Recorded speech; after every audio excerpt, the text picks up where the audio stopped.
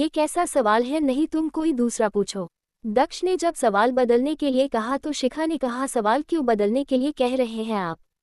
ऐसा क्या हुआ था वहाँ तेजस? तुम कोई सवाल नहीं बदलोगे, आप साफ साफ बताए आखिर वहाँ हुआ क्या था? कमाल है यार, तुमने न जाने कौन कौन सी इमेजिनेशन कर ली। अंदर कुछ भी नहीं हुआ था, मुझसे ज्यादा एज थी उस लेडी की।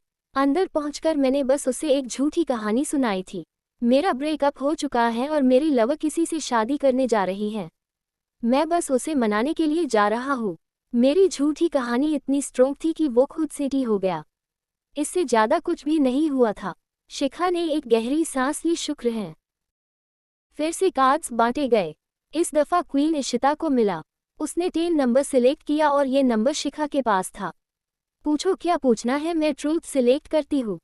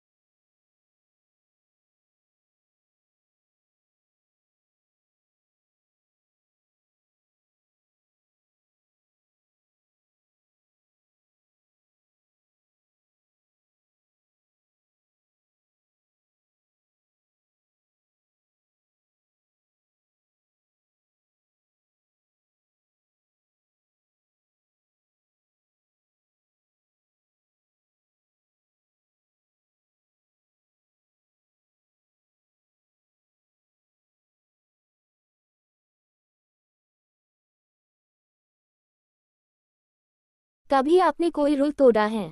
इशिता के सवाल को लेकर शिखा सोचने लगी। रूल तो सभी तोड़ते हैं, मैंने भी तोड़ा है। कौन सा बताओ, ये समझ नहीं आ रहा। कॉलेज के टाइम में जब हम हॉस्टल में रहते थे तब की बात है। फ्रैंक की बर्थडे पार्टी के लिए हम लोग बाहर गए थे। रात को लौटने में देर हो गई। दरवाजा भी बंद हो चुका था। हम लोगों को मजबूरन दीवार फांदकर नीचे आना पड़ा। हमारी एक दोस्त पकड़ी गई। उसने सारा इल्जाम अपने ऊपर ले लिया। बहुत बुरा लगा हम लोगों को। अगले दिन जाकर हम सब ने डिसाइड किया जो कुछ हुआ उसकी रिस्पॉन्सिबिलिटी हम सब साथ मिलकर लेंगे। उसके बाद हमें पूरे 1 महीने तक सफाई की, पूरे हॉस्टल की सफाई करने की पनिशमेंट मिली। मुझे नहीं पता था तुम इतनी शैतान हो। दक्ष के ये कहते ही शिखा ने उसके कंधे पर मारा। मेरा मजाक मत उड़ाए। चलिए मैं कार्ड्स डिस्ट्रीब्यूट कर रही हूँ, सब अपने अपने कार्ड्स ले लीजिए। इशिता ने सभी को कार्ड्स दिया। सबको चुप देख तेजस ने कहा, क्या बात है क्विन, किसी को नहीं मिला? मेरे पास क्विन है, सिद्धि ने कहा। तो बताए भाभी आपने कौन सा नंबर सिलेक्ट किया? तेजस ने कहा। सिद्धि सोच में पड़ गई। उसने थोड़ा रुककर कहा, किंग। पर किंग किसके पास है? एवांस ने पूछा। सबने न में गर्दन हिला दी। तेजस ने शिव से पूछा, बिग ब्रो आपके पास क्या है? अरे किंग तो आपके पास है। सच ही है, किंग को क्वीन के आगे ही झुकना पड़ता है। शिव इस बारे में तुम्हारा क्या कहना है? दक्ष ने उसे छेड़ते हुए कहा। शिव बिना सिद्धि की ओर देखे बोला, ट्रूथ। कभी आपने कोई ऐसा काम किया है जिसे लेकर आप शर्मिंदा हो? सिद्धि ने बिना किसी डर और हिचक के ये सवाल पूछा। शिव ने उसकी ओर देखा। सिद्धि की बातों का मतलब बहुत गहरा था। पल भर के लिए शिव का माइंड ब्लैक हो गया। सिद्धि मन ही मन खुद से बोली, मैं सुनना चाहती हूँ कि आपने किए का आपको कोई पछतावा है या मेरी जिंदगी बर्बाद करने आपके लिए सिर्फ एक खेल था? आप सब कुछ जानबूझकर मुझे अनदेखा कर रहे हैं या आप सचमुच नहीं जानते उस रात आपके साथ कौन थी? शिव ने महसूस किया उसका सिर दर्द बढ़ रहा है। पुरानी यादें फिर एक बार उसकी आंखों के आगे आकर उसे परेशान करने लगी थी। सभी के बीच खामोशी पसर गई, मानो शिव के जवाब का इंतजार हो। बारिश की हल्की हल्की बूंदें गिरी तो सब ऊपर देखने लगे। ये अचानक से बरसात कहाँ से आ गई? सबके सब अंदर की तरफ भागे। सिद्धि और शिव अभी भी अपनी जगह बैठे हुए था, मानो बरसात का कोई असर ही न हो। न तो सिद्धि ने कुछ कहा और न ही शिव ने। इंतजार था सिद्धि को उसके जवाब का। क्या आप में इतनी सी भी गैरत नहीं जो अपना गुनाह कबूल कर सके? किस बात का घमंड है आपको? सचमुच आपका जमीन मर चुका है। तुम्हें देखकर एक डर लगा रहता है। दिल चाहता है सब कुछ बताऊं तुम्हें, लेकिन कैसे? तुम तो मेरी हो ही नहीं। कैसे कर लूं तुम पर यकीन? बरसात काफी तेज हो चुकी थी। शिव उठकर खड़ा हो गया। पूरी तरह भीग चुकी हूँ, अंदर चलो। आपने मेरे सवाल का जवाब नहीं दिया। तुम्हारे सवाल का जवाब है नहीं। मैंने जानबूझकर वो काम कभी नहीं किया जिसके लिए मुझे शर्मिंदगी हो। ये बोल शिव वहां से चला गया। सिद्धि सिसकने लगी। आपको कोई फर्क नहीं पड़ता। आप कभी अपनी गलती एक्सेप्ट नहीं करेंगे। मेरी नज़र में आप बहुत नीचे गिर चुके हैं। मैं कभी आपको माफ नहीं करूंगी, कभी भी नहीं। शिव अपने रूम में पहुंचा। उनसे जोर से दरवाजा बंद किया। बड़ी बेचैनी महसूस हो रही थी। आखिर हो क्या रहा है मुझे, मैं क्यों नहीं इन बातों को भूल नहीं पा रहा। मैंने कुछ भी जानबूझकर नहीं किया। मैं गलत नहीं हूँ, नहीं हूँ मैं गलत, शिव ने लगभग चिल्लाते हुए कहा।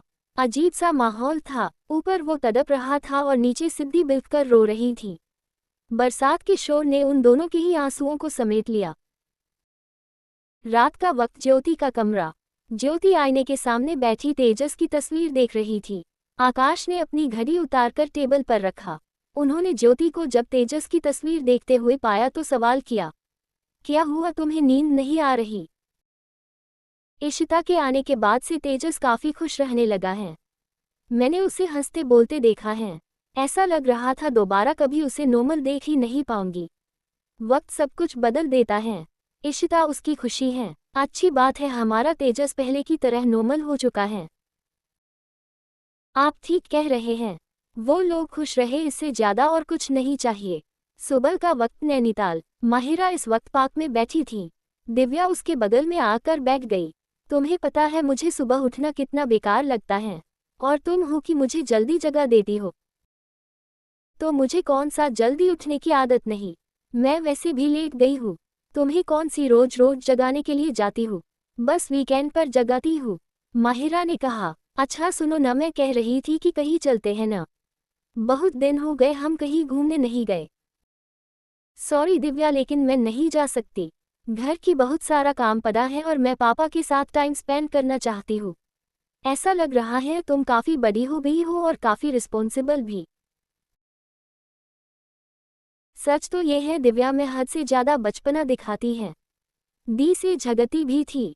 ये कहती थी कि वो मुझे मेरे मन का नहीं कर देती। उस वक्त बहुत बुरा लगता था। अब एहसास होता है वो कितनी रिस्पॉन्सिबिलिटी होती थी। वो सारी जिम्मेदारियां बड़ी आसानी से निभा लिया करती। अपनी पढ़ाई, घर, जॉब और भी बहुत कुछ। मुझे तो कभी कभी ऐसा लगता है मुझसे तो कुछ हो ही नहीं पाएगा। दिव्या ने उसके कंधे पर हाथ रखा। बस कर यार, इतना सिटी मत हो। जब भी लगे तुझसे कोई काम नहीं हो पाएगा मुझे फोन कर लिया कर। मैं तेरी इतनी तारीफ करूंगी तुम्हें एहसास हो जाएगा तुम सूर्य हो। माहिरा मुस्कुरा दी। अच्छा अब मुझे चने की झाड़ पर मत जाओ, चलो रेस लगाते हैं। क्या मतलब रेस लगाते हैं? अभी तो मैंने 2 राउंड लगाया है। मुझसे एनर्जी नहीं है जो मैं रेस लगाऊंगी। दिव्या ने इनकार किया। माहिरा कहाँ मानने वाली थी, वो उसे जबरदस्ती खींचकर अपने साथ ले गए। इधर दूसरी तरफ गोवा में सभी शॉपिंग के लिए मॉल आए हुए थे। सिद्धि के हाथ में लिस्ट देखकर इशिता ने पूछा, ये लिस्ट आपने तैयार की है? नहीं, माँ ने दी है। उन्होंने कहा है अपने साथ इन चीज़ों को लेकर आना। ये तो कॉस्मेटिक प्रोडक्शन है, मेरे हिसाब से ये सामान हमें वहाँ मिलेगा। इशिता सिद्धि को अपने साथ ले गई। दक्ष और शिव इस वक्त कपड़ों की शॉप में थे। पता नहीं किस बात की जल्दी थी तुम्हें, शॉपिंग बाद में भी तो कर सकते थे ना, शिव ने कहा। तो दक्ष बोला, क्या बुराई है, तुमने सुना नहीं बीवियों को शॉपिंग करना कितना पसंद है। इससे पहले वो शॉपिंग के लिए कहे, मैंने पहले ही शॉपिंग करवा दी। मेरा दिमाग बहुत तेजस चलता है ना। तुम पहले से ज्यादा इडियट हो गए हो। शिव का जवाब सुनकर दक्ष ने अजीब सा मुंह बनाया। तुम बहुत बोरिंग हो, मैं शिखा के पास जा रहा हूँ। शिव को अकेले छोड़कर दक्ष वहां से निकल गया। इशिता कॉस्मेटिक का सामान लेने में सिद्धि की मदद कर रही थी। उसने फोन में तेजस का मैसेज देखा तो सिद्धि से बोला, सिद्धि मुझे जाना होगा, मैं बस थोड़ी देर में आती हूँ। कोई नहीं, तुम जाओ, सिद्धि ने कहा। इशिता वहां से चली गई। सिद्धि ने सर्व्स गर्ल को बिल बनाने को कहा। हो गई शॉपिंग। शिव की आवाज सुनकर सिद्धि पीछे मुड़ी। उसने कोई जवाब नहीं दिया। मैडम आप बिल कैसे करेगी, कैश या कार्ड, सर्व्स गर्ल ने पूछा।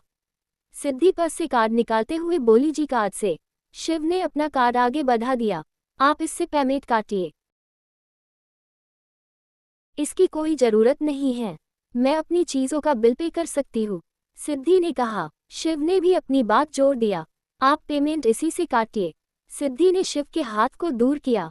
मुझे किसी का एहसास लेना पसंद नहीं, खासकर आपका। मुझे लालच नहीं है आपके पैसों का, मैं अपना खर्च खुद उठा सकती हूँ। सिद्धि ने सेल्स गर्ल की ओर अपना कार्ड बढ़ाते हुए कहा, आप इसी से पेमेंट काटिए, मैं सामान बाद में ले जाऊंगी। बिल पे करके सिद्धि वहां से निकल गई। शिव की सोच पर एक और तमाचा था। उसी ने कहा था सिद्धि को उसके पैसों से लगाव है, लेकिन हर बार उसने उसके पैसों को ठुकराया है। बताया है उसके लिए उसकी गरिमा से बढ़कर कुछ नहीं। सिद्धि ने एक जानी पहचानी सी हंसने की आवाज सुनी, मानो वो बहुत अच्छे से उसे पहचानती हो। सिद्धि उस शॉप के अंदर चली आई। वहां और भी कुछ लोग शॉपिंग कर रहे थे। सिद्धि उस आवाज को ढूंढने की कोशिश कर रही थी जो उसने अभी अभी सुनी थी। उसने अपने कदम पीछे की ओर लिए। अचानक ही किसी से टकरा गई। आई एम रियली सॉरी, मुझसे गलती से। सिद्धि काफी हड़बड़ा गई थी, लेकिन जब उसने सामने कृतिका को देखा तो आंखें हैरानी से बड़ी हो गई। खुद सिद्धि भी कृतिका को देखकर हैरान थी। सिद्धि, कृतिका उसके गले आ लगी। सिद्धि की आंखें कब बरस पड़ी उसे एहसास ही नहीं हुआ। तुम कहाँ चली गई थी, बिना बताए सबको छोड़कर? सिद्धि ने रोते हुए पूछा। कृतिका की आंखें भी भर आई थी। मुझे माफ कर दो, और कोई रास्ता नहीं था मेरे पास। सिद्धि ने जब सामने किसी और को देखा तो चौंक गई। सिद्धि कृतिका से दूर हुई और सामने खड़े आदमी के पास चली आई। अनिकेत सर, आप? वो मेरे हस्बैंड हैं। कृतिका के मुंह से ये बात सुनकर सिद्धि चौंक गई। मतलब कि जो उसने सुना था वो सच था, फिर भी वो इस बात को झुठलाने की कोशिश कर रही थी। कृतिका ने सिद्धि के कंधे पर हाथ रखा। हम दोनों ने शादी कर ली। सिद्धि ने कृतिका का हाथ अपने कंधे से झटक दिया। इतना कुछ कर लिया तुमने और किसी को कुछ भी पता नहीं चलने दिया। तुम तो हर छोटी से छोटी बात मुझे बताती थी, और इतना बड़ा कदम उठा लिए वो बहरहाल बिना किसी को खबर किया। तुम जानती भी हो तुम्हारे किए का हम सब पर क्या असर हुआ। सबकी जिंदगी उलट पुलट करके रख दी तुमने। I am sorry. कृतिका के मुंह से सॉरी शब्द सुनकर सिद्धि फीका मुस्कुराई। तुम्हें क्या लगता है कृतिका, तुम्हारा ये सॉरी सब कुछ ठीक कर देगा? तो मैं और क्या करती सिद्धि, मेरे पास और कोई रास्ता नहीं था। तुम बताओ, प्यार करना गलत है? कृतिका, प्यार करना गलत नहीं है, लेकिन जो कदम तुमने उठाया वो जरूर गलत था। तुम किसी और को चाहती थी तो घरवालों को बताया क्यों नहीं? तुम्हारी शादी तय की जा रही थी, इनकार क्यों नहीं किया? एक बार बस इतना कह देती तुम किसकी और को पसंद करती हो, बात वही खत्म हो जाती। तुम तो शादी की रात भाग गई। तुम्हें मालूम भी है क्या हुआ उसके बाद? दोनों परिवार की इज्जत दांव पर लग गई। किसी को कुछ समझ नहीं आ रहा था क्या करे। शादी के लिए एक लड़की चाहिए थी और न मिला तो मुझे मंडप पर बिठ दिया गया। जो मंगलसूत्र तुम्हारे गले में जाना चाहिए था वो अब मेरे गले में है।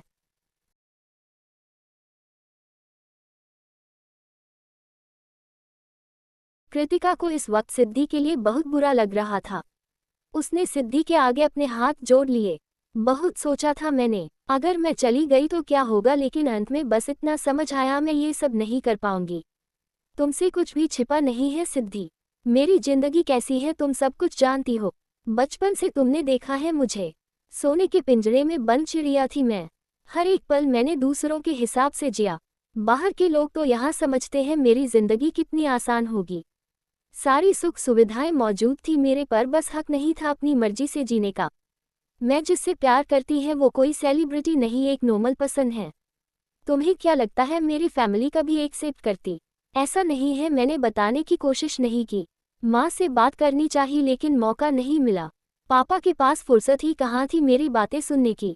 अचानक से रिश्ता आया और हामी भर दी गई। मेरी रजामंदी कहाँ किसी ने पूछा। अच्छा रिश्ता लाकर थोप दिया गया। बहुत डर गई थी मैं।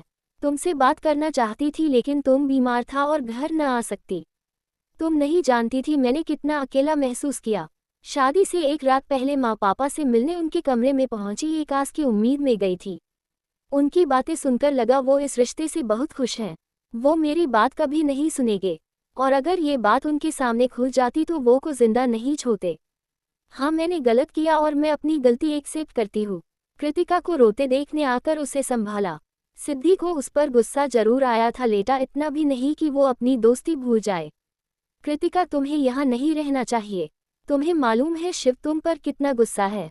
तुम्हें हर जगह तलाशने के लिए उन्होंने अपने आदमी लगा रखे हैं। प्लीज तुम चली जाओ यहाँ से, मेरी मानो तो ये शहर छोड़ दो।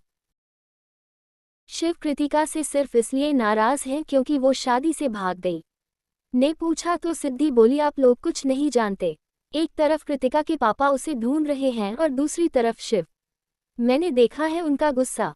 मैं नहीं चाहती आप लोग ऐसे को कोई नुकसान पहुंचे। वो लोग यही है, प्लीज आप लोग यहाँ से निकल जाए। Excuse me. शिव की आवाज सुनते ही सिद्धि की आंखें बड़ी हो गई। उसने मुड़कर देखा, शिव कैश काउंटर पर बैठे आदमी से बात कर रहा था। सिद्धि कृतिका और को लेकर वहां छिप गई। मैंने कहा था ना आप लोगों से यहाँ रुकना कितना खतरनाक है। सिद्धि वो आदमी तुम्हारे साथ। इससे पहले कृतिका की बात पूरी होती सिद्धि ने अपनी हथेली से उसका मुंह बंद कर दिया। कुछ न बोलो कृतिका, तुम कहीं भी रहो खुश रहो, मुझे और कुछ नहीं चाहिए। मैं उन्हें यहाँ से बाहर ले जाऊंगी, तुम चली जाओ यहाँ से। सर प्लीज मेरी दोस्त का ख्याल रखिएगा। सिद्धि ने आखिरी बार कृतिका को गले लगाया और वहां से उठ खड़ी हुई। सिद्धि शिव के पास चली आई। आप यहाँ क्या कर रहे हैं? तुम्हें ढूंढ रहा था। कर ली शॉपिंग तो चले, सब वेट कर रहे हैं हमारा। हाँ क्यों नहीं, सिद्धि ने चेहरे पर हल्की मुस्कुराहट बिखेर कर कहा। शिव को उसके हाव भाव बदले बदले से लगे। उसने सिद्धि को देखते हुए पूछा तुम रो रही थी अभी? मैं क्यों रोऊंगी, आपको गलतफहमी हुई होगी। चले अब। सिद्धि ने शिव का हाथ पकड़ा, उसने लेकर बाहर चली आई। शिव को सचमुच बेहद अजीब लगा। वो खुद उसका हाथ पकड़ उसे वापस ले जा रही थी। शिव ने मन में कहा सचमुच इसकी तबीयत तो ठीक है ना। कुछ देर पहले शोला बनकर घूम रही थी और अब शबनम। सिद्धि अंदर से बहुत ही ज्यादा घबराई हुई थी। उसे समझ नहीं आ रहा था आखिर वो क्या कर रही है। कृतिका को यहाँ से चले जाना चाहिए। अगर शिव को उसके बारे में पता चला तो सचमुच बहुत बुरा होगा। सब कुछ छिपाना होगा। अब तक तो मुझ पर झूठा इल्जाम लगाया जा रहा था। मैं सब कुछ जानबूझकर छिपा रही हूँ, लेकिन अब तो वो इल्जाम सच हो गया। सब कुछ जानबूझकर मुझे छिपाना होगा। मेरी जिंदगी में क्या अच्छा होगा क्या बुरा मैं नहीं जानती। जो होगा संभाल लूंगी। कृतिका तो खुश रहेगी। शिव ने सिद्धि की हाथ पकड़कर उसे रोक दिया। कहाँ जा रही हो? सिद्धि ने हड़बड़ाकर पूछा। क्या हुआ? आप ही ने तो कहा सब मेरा इंतजार कर रहे हैं। हाँ मैंने कहा था सब इंतजार कर रहे हैं, लेकिन ये नहीं कहा था वो लोग वॉशरूम में वेट कर रहे हैं। शिव ने जैसे ही ये कहा सिद्धि ने सामने देखा। वो शिव को वॉशरूम तक ले आई थी। उसने तुरंत शिव का हाथ छोड़ दिया। I am sorry. मुझे लग रहा है तुम्हारी तबीयत खराब हो गई है। शिव ने इस बार सिद्धि का हाथ पकड़ा और उसके अपने साथ ले गया। ऊपर रेस्टोरेंट में सब उन दोनों का इंतजार कर रहे थे। तेजस ने कहा आप लोगों को और कुछ चाहिए? मैं खाने का ऑर्डर देने जा रहा हूँ। मैं भी आपके साथ चलती हूँ। जेनिका तेजस के साथ चली गई। इशिता तुमने क्या क्या शॉपिंग की? शिखा के इस सवाल पर इशिता मुस्कुरा दी। ज्यादा कुछ नहीं, जो तेजस को पसंद आया बस वो खरीद लिया। अच्छा जी, इसका मतलब आज की शॉपिंग तुमने तेजस के हिसाब से की है। Very good. शिखा ये बोल मुस्कुरा दी। शिव सिद्धि को साथ लेकर उन सभी के बीच पहुंचा। दक्ष ने उन्हें आते देखा तो सवाल किया, कहाँ गायब हो गए थे तुम दोनों? हम लोग कब से वेट कर रहे हैं। हमारा वेट करने की क्या जरूरत है, हम कोई छोटे बच्चे नहीं हैं जो खो जाएंगे। ये कहते हुए शिव खाली चेयर पर जाकर बैठ गया। तेजस और जेनिका भी वापस लौट आए। बिग ब्रो दादी ने फोन किया था। उन्होंने बताया आप उनका फोन नहीं उठा रहे। मेरे फोन की बैटरी डेड है। मैं घर पहुंचकर उनसे बात कर लूंगा। शिव ने कहा, मैंने बाकी सबका ऑर्डर दे दिया है। आप दोनों बताएं आपके लिए क्या ऑर्डर दूं? तेजस ने पूछा तो शिव बोला Italian pasta with red sauce और कैनलोनी। भाभी आप क्या लेंगी? तेजस ने सिद्धि से पूछा। उन सबके बीच होने पर भी सिद्धि वहां नहीं थी। तेजस ने फिर एक बार पूछा। सिद्धि को चुपचाप देख इशिता ने उसे हिलाया। सिद्धि आप ठीक तो हैं? मैं बिल्कुल ठीक हूँ, सिद्धि ने घबराई हुई आवाज में कहा। भाभी मैं पूछ रहा था आपके लिए क्या ऑर्डर दूँ? मुझे खास भूख नहीं लगी। नॉर्मल सैंडविच चलेगा। सिद्धि ने पूरी कोशिश की अपने आप को नॉर्मल रखने की। कुछ ही देर बाद उन सभी ऑर्डर किया खाना आ गया। सिद्धि ने मन ही मन खुद से कहा मुझे ये बात आनंद से करनी चाहिए। उसे कृतिका के बारे में बताना चाहिए, लेकिन क्या ये ठीक रहेगा पता नहीं आनंद कैसे रिएक्ट करेंगे। अगर ये बात सामने आ गई तो? नहीं, नहीं, मैं ये बात किसी से नहीं कहूंगी, किसी से भी नहीं। सिद्धि देख पा रही थी वहां मौजूद हर एक शख्स खुश था और खुलकर अपनी जिंदगी जी रहा था, लेकिन सिद्धि अकेली ऐसी थी जो आने वाले वक्त से घबरा रही थी। तकरीबन घंटे भर बाद वो लोग मॉल से निकल गए। शिखा के पूछने पर कि अब हम कहाँ जा रहे हैं, दक्ष ने कोई जवाब नहीं दिया। उसने मुस्कुराकर कहा, ये एक सरप्राइज है, चलो पता लग जाएगा। इशिता ने तेजस की बांह पकड़ी और करीब पहुंचकर बोली, आपको भी नहीं पता हम कहाँ जा रहे हैं? बिल्कुल नहीं, आज की प्लानिंग दक्ष ब्रो ने की है। इशिता ने मायूस सा चेहरा बना लिया। मतलब कि तुम्हें पता है, बस जानबूझकर नहीं बता रहे? अरे नहीं, मैं क्यों छुपाऊंगा तुमसे, मुझे सचमुच नहीं पता, तेजस ने सफाई देते हुए कहा। शिव ने कार का दरवाजा खोला और मुड़कर सिद्धि की ओर देखा। वो बार बार पीछे की ओर देख रही थी। शिव ने कहा, तुम बार बार पीछे क्यों देख रही हो, कुछ छूट गया है क्या? नहीं, नहीं, तो सिद्धि ने बड़ी ही जल्दबाजी में ये बात कही और कार में जाकर बैठ गई। शिव भी अपनी जगह पर आकर बैठ गया। मौसम इतना भी गर्म नहीं था, फिर भी उसे पसीने आ रहे थे। शिव ने अपना रुमाल निकालकर उसकी ओर बढ़ा दिया। अगर तबीयत खराब है तो बता सकती हो, सिद्धि मन ही मन खुद से बोली, ये मैं क्या कर रही हूँ? सबके सामने ऐसे रिएक्ट करूंगी तो सब क्या सोचेंगे? नहीं, मुझे जरूरत नहीं है इसकी, सिद्धि ने इनकार कर दिया। कुछ देर बाद वो सभी क्रूज पर था। यही था तेजस का प्लान। एवास बोला, कुछ ही देर बाद ये क्रूज यहाँ से निकलेगी और हम पानी के बीचों बीच होंगे। मतलब तुम्हें भी पता था हम लोग कहाँ जा रहे हैं, पहले क्यों नहीं बताया? तेजस के पूछने पर एवास ने कहा, मैंने अरेंजमेंट्स की थी इसलिए मुझे पता है। इनफैक्ट चीफ को भी बताया था, बिग ब्रो को भी मालूम था। मतलब इकलौता में ही बेवकूफ था, तेजस ने उदास भरे स्वर में कहा। सिद्धि, शिखा और इशिता तीनों समुद्र को देख रही थी। इस वक्त सिद्धि की बेचैनी भी दूर हो चुकी थी। दूर तक फैला नीला समुद्र मन को प्रलोभित कर ही लेता है। मैंने डॉल्फिन देखा, इशिता ने एक्साइटेड होते हुए कहा। क्रूज भी अपने तय समयानुसार वहां से रवाना हो चुकी थी। कुछ देर वहां रुककर सब अपने अपने कमरे में चले गए। सिद्धि जब अपने रूम में पहुंची तो बेड पर कुछ कैरीबैग रखे हुए थे। उसने जब उसे खोला तो अंदर व्हाइट कलर का फ्रॉक और ब्लैक कलर का जैकेट था। उसने खुद से कहा, ऐसे कपड़े कौन पसंद करता है, मेरे इन कपड़ों में क्या बुराई है? सिद्धि कह ही रही थी तभी पीछे से किसी ने कहा, तुम्हारे कपड़ों में कोई बुराई नहीं है, बस टाइम और जगह के हिसाब से ये मैच नहीं करते। आज रात पार्टी है, अच्छा होगा तुम सबके बीच अलग न लगो। जेनिका ने सबके लिए ड्रेस पसंद की है। सिद्धि ने शिव को कोई जवाब नहीं दिया और चुपचाप तैयार होने चली गई। शिव ने मन में कहा, ये काफी बदली हुई लग रही है। हर बात को टाल देना, वो भी बिना कोई जवाब दिए। कुछ तो हुआ है। इशिता इस वक्त आईने के सामने खड़ी थी। उसने रेड कलर की ड्रेस पहनी थी, बालों को खुला छोड़ रखा था। उसने जब तेजस को रूम में आते देखा तो पलटकर पूछा, तेजस बताओ मैं कैसी लग रही हूँ? ये सवाल नहीं करो तो अच्छा होगा। वो क्या है, न तारीफ के जितने भी शब्द मुझे आते हैं वो सभी फीके पड़ जाएंगे। तेजस के ये कहते ही इशिता मुस्कुरा दी। शिखा दक्ष को ढूंढ रही थी। वो काफी देर से रूम में नहीं आया। जब वो उसे ढूंढते हुए ऊपर वाले फ्लोर पर पहुंची तो वहां का नजारा देखकर चौंक गई।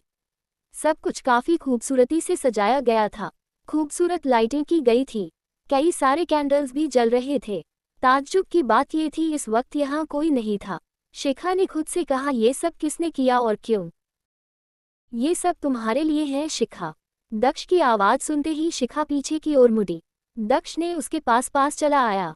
उसने फूलों का बुके शिखा की ओर बढ़ाकर कहा, हैप्पी बर्थडे स्वीट हार्ट। शिखा काफी चौंक गई थी। उसने मुंह पर हाथ रख लिया। उसे बिल्कुल भी अंदाजा नहीं था दक्ष उसके लिए सरप्राइज प्लान कर रहा है। शिव, सिद्धि, इशिता, तेजस्वी, जेनिका और इवास भी वहां पहुंचे। सभी ने एक साथ शिखा को बर्थडे विश किया। शिखा ने अपनी भावनाओं पर कैसे काबू रखा सिर्फ वही जानती थी।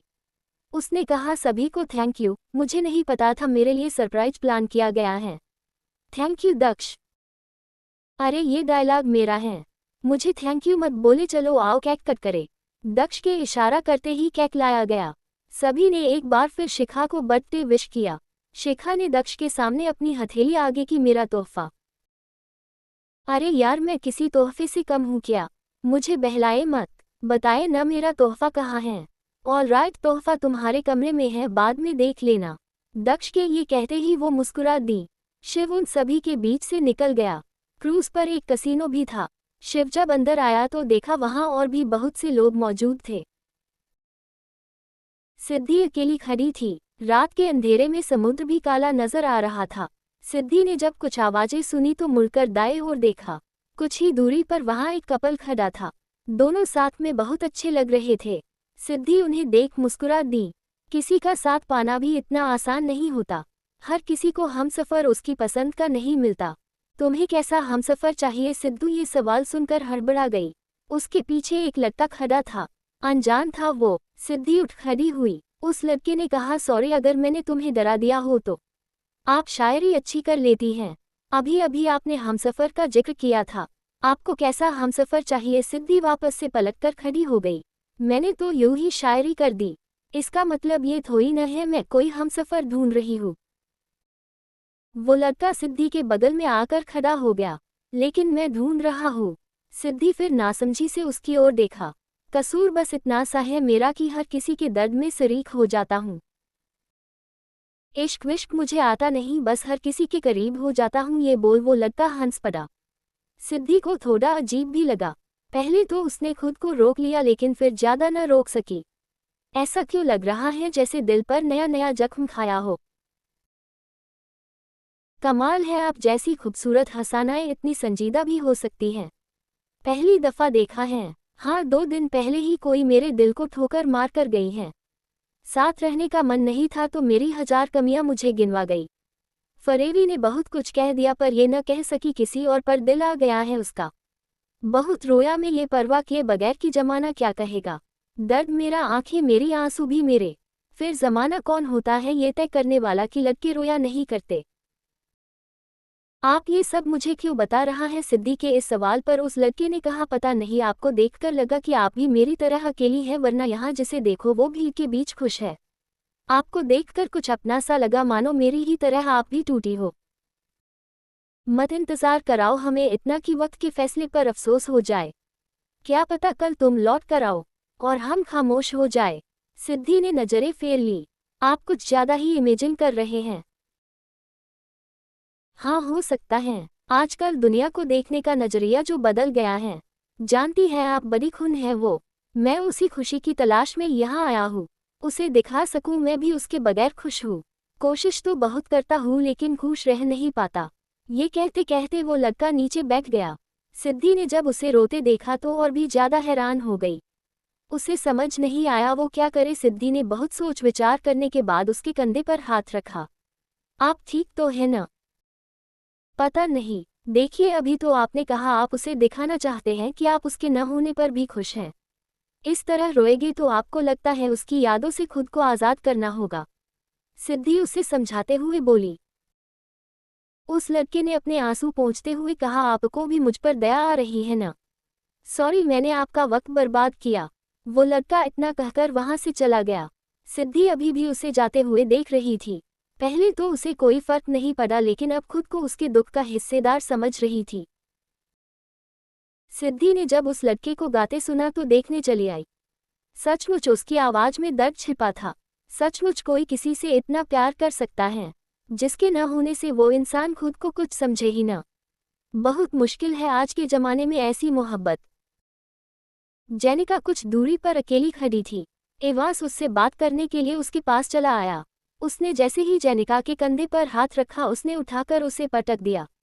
उसे क्या मालूम था उसके पीछे एवांस हैं। उसने तो बस खतरा समझकर हमला किया। तुम यहाँ। एवांस की कमर पर बहुत जोर की लगी थी। तुम हमेशा हमला करने के लिए तैयार क्यों रहती हो? आगे पीछे देख तो लिया करो। कौन है कौन नहीं? फिर से मेरी कमर तोड़ दी।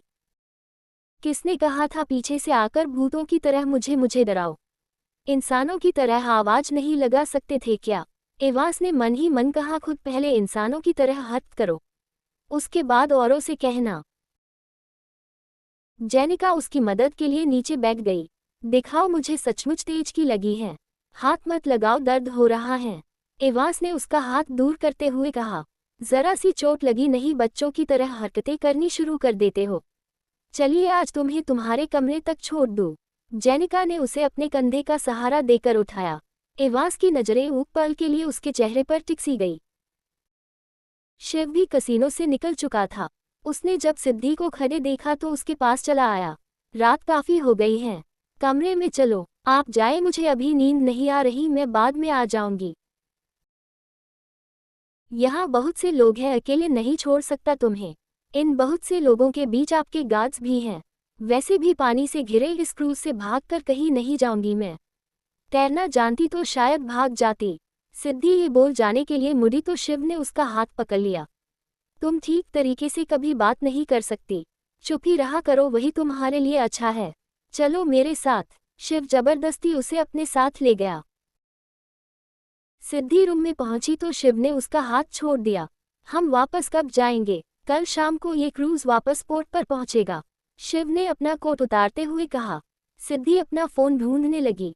उसने अपने पर्स में देखा लेकिन वो तो अपना पर्स साथ लेकर नहीं गई थी। उसने शिव से कहा, लगता है मेरा फोन बाहर ही रह गया, मैं लेकर आती हूँ। रुको, मैं भी साथ चलता हूँ। शिव ये बोल उसके साथ बाहर निकल गया। शिव ने सबसे पहले सिद्धि का नंबर डायल किया। फोन की रिंग जा रही थी लेकिन कोई उठा नहीं रहा था। शिव ने चलते हुए पूछा, तुमने फोन छोड़ा कहाँ है? याद है? सिद्धि कुछ कहने ही वाली थी तभी शिव रुक गया। उसने हाथ बढ़ाकर सिद्धि को रुकने के लिए कह दिया। फोन की दूसरी तरफ से किसी की आवाज आई। हेलो हेलो, आप कौन? शिव ने पूछा। मेरा नाम निखिल है, मुझे नहीं मालूम ये फोन किसका है। यहाँ बज रहा था तो मैंने रिसीव कर दिया। एक्चुअली ये फोन मेरी वाइफ का है। आप बता सकते हैं आप इस वक्त कहाँ हैं? शिव के पूछने पर निखिल ने अपने आसपास देखा। मैं पीक पॉइंट पर हूँ, यहाँ कुछ वुडन बॉक्सेस हैं, सेकंड फ्लोर पर। आप यहीं रुकिए, मैं पहुँच रहा हूँ। इतना कहकर शिव ने फोन काट दिया। उसने सिद्धि से कहा, तुम रूम में वापस जाओ, मैं फोन लेकर आता हूँ। ये बोल शिव आगे बढ़ गया। सिद्धि अपने रूम में वापस चली आई। शिव जब निखिल की बताई हुई जगह पर पहुंचा तो उसे सामने एक आदमी नजर आया, जो शायद वही था जिससे शिव की बात हुई थी। निखिल शिव ने जब नाम लिया तो वो आदमी पीछे की ओर पलटा। ये वही आदमी था जो कुछ देर पहले सिद्धि से बात कर रहा था। शिव उसके पास चला आया। ये आपकी वाइफ का फोन है, शिव ने उसके हाथ से फोन लेते हुए कहा। जी है, थैंक्स इसे संभालने के लिए। रहने भी दीजिए, जो इंसान खुद को नहीं संभाल सकता वो इस तारीफ के लायक नहीं। शिव ने उसकी बातों पर ज्यादा ध्यान नहीं दिया और वहां से चला गया।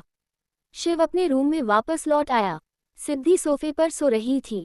शिव ने उसका फोन टेबल पर रखा और उसके पास चला आया। अपनी जिंदगी में तुम्हारा अलावा कभी किसी ऐसी लड़की से सामना नहीं हुआ जो इतनी जिद्दी हो। शिव ने उसे अच्छे से ब्लैंकेट ओढ़ाया और लाइट्स ऑफ कर दी। सुबह का वक्त मल्होत्रा विला। पूरा परिवार नाश्ते की टेबल पर मौजूद था। ज्योति ने कृष को बुलाने के लिए गीता को भेजा था। अमर जी ने नंदिता से पूछा, तुमने कल शॉपिंग की थी, वो भी 12 लाख की।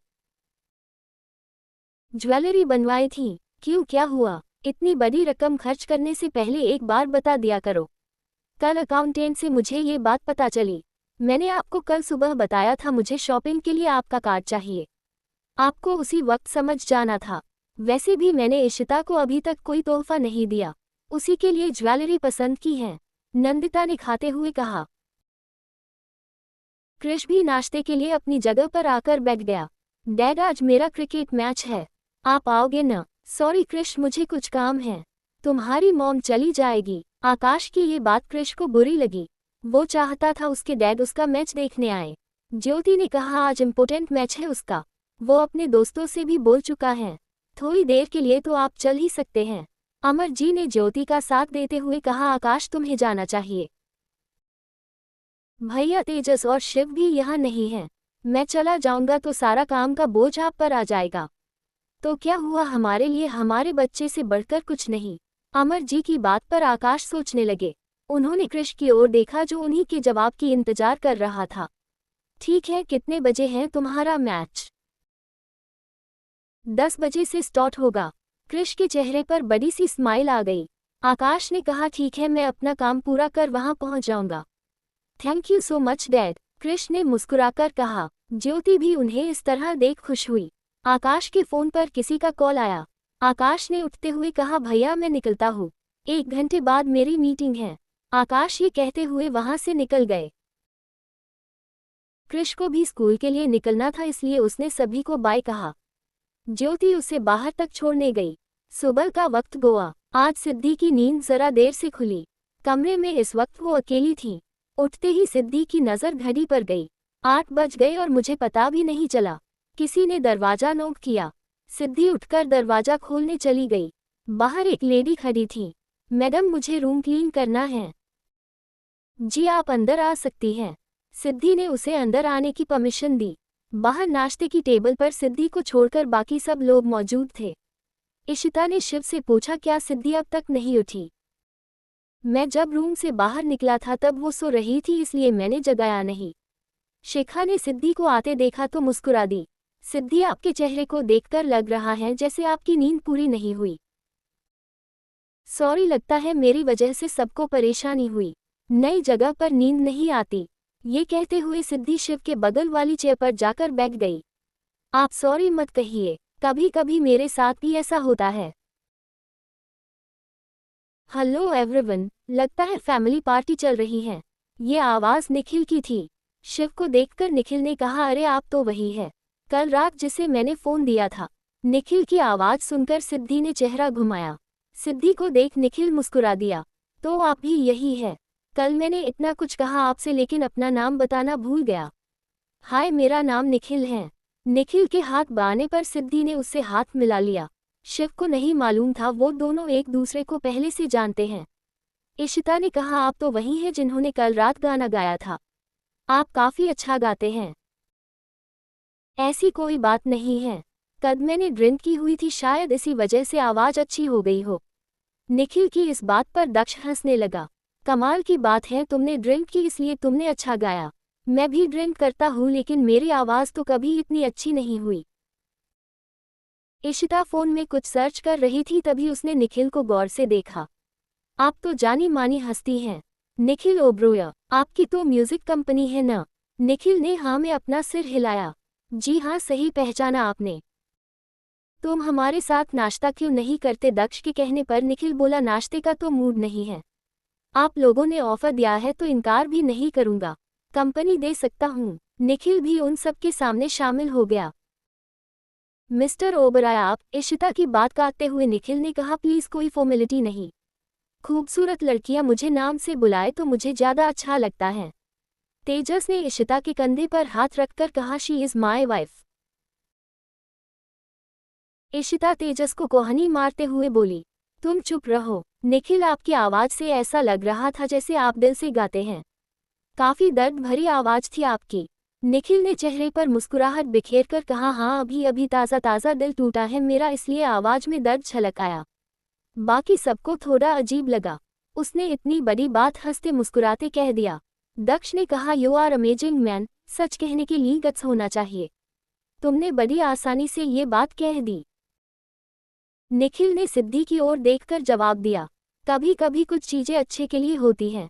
थैंक यू सिद्धि, कल रात मुझे सुनने के लिए। सिद्धि ने निखिल की ओर देखा, वही शिव सिद्धि को देख रहा था।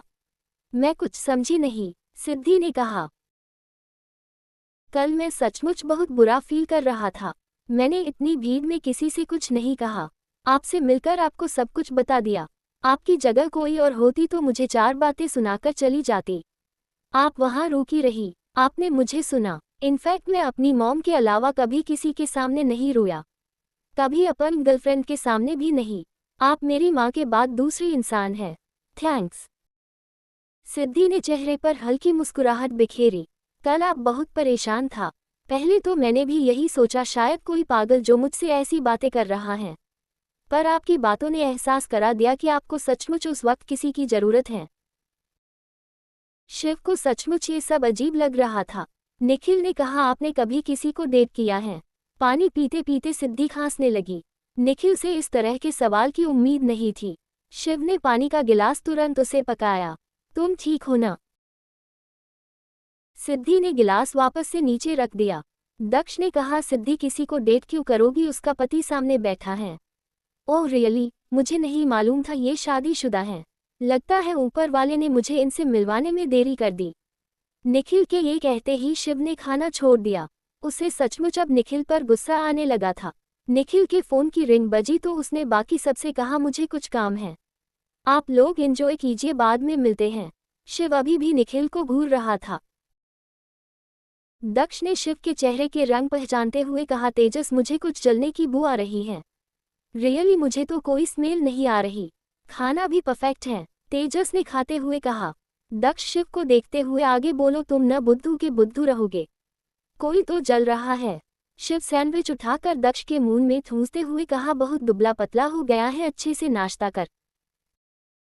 जेनिका इवांश के बगल में जाकर खड़ी हो गई। आप कमर का दर्द कैसा है? तुम्हारी मेहरबानी है, फिलहाल तो दर्द ठीक है, तुम दूर ही रहा करो, हमेशा खतरा बना रहता है, कब हमला कर दो। जेनिका ने उसे घूरते हुए कहा, तुम्हारा मतलब क्या है? मैं हमेशा मुश्किलें खड़ी करती हूँ, डर लगता है मुझसे? क्या कहा डर और मुझे? बिल्कुल भी नहीं, मैं किसी से नहीं डरता, इवांस ने बड़े ही कॉन्फिडेंस के साथ कहा। जेनिका इवांस के और करीब चली आई।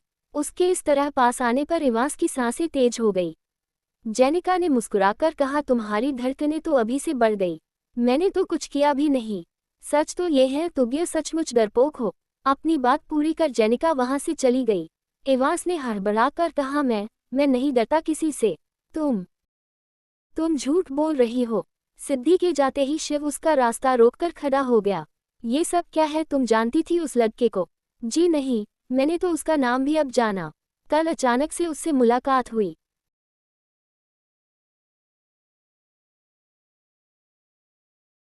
देखो सिद्धि, अनजान लोगों से जितना दूर रहो उतना अच्छा है। काफी बातूनी इंसान लगा मुझे, ज्यादा बात करने की जरूरत नहीं है उससे। शिव की बातें सिद्धि को अजीब फील करवा रही थी।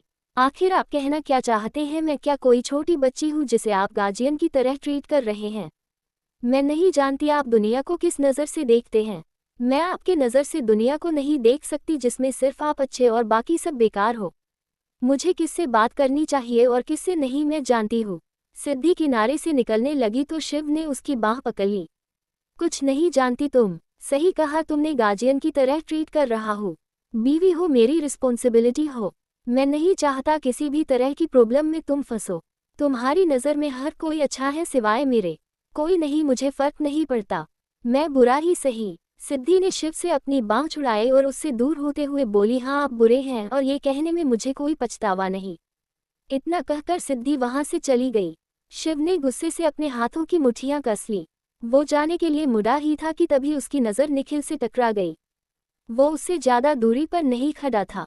शायद शिव ने अंदाजा लगा लिया था कि उसने सब कुछ सुना होगा। निखिल शिव के पास चला आई। सॉरी दोस्त, लगता है तुमने मुझे गलत समझ लिया। ऐरा गैरा लड़का नहीं हूँ, मेरी तरफ से बेफिक्र हो जाओ, मैं किसी को कोई नुकसान नहीं पहुँचाने वाला।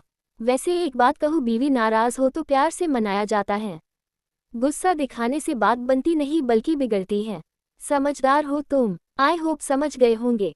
मैं चलता हूँ। निखिल ने अपनी आंखों पर चश्मा लगाया और आगे बढ़ गया। उसने मुस्कुराते हुए कहा। दक्ष अपने डैड से फोन पर बात कर रहा था। शिखा उसके पास चली आई। बात हो गई डैड से?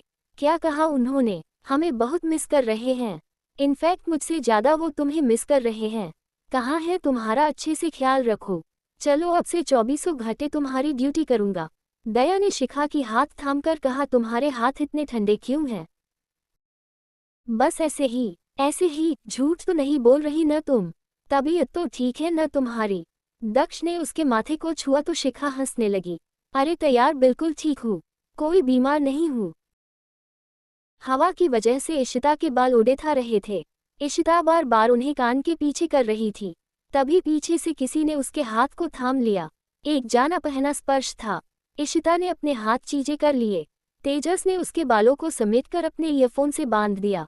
उसने नीचे झुककर इशिता के कान में कहा, कुछ याद आया?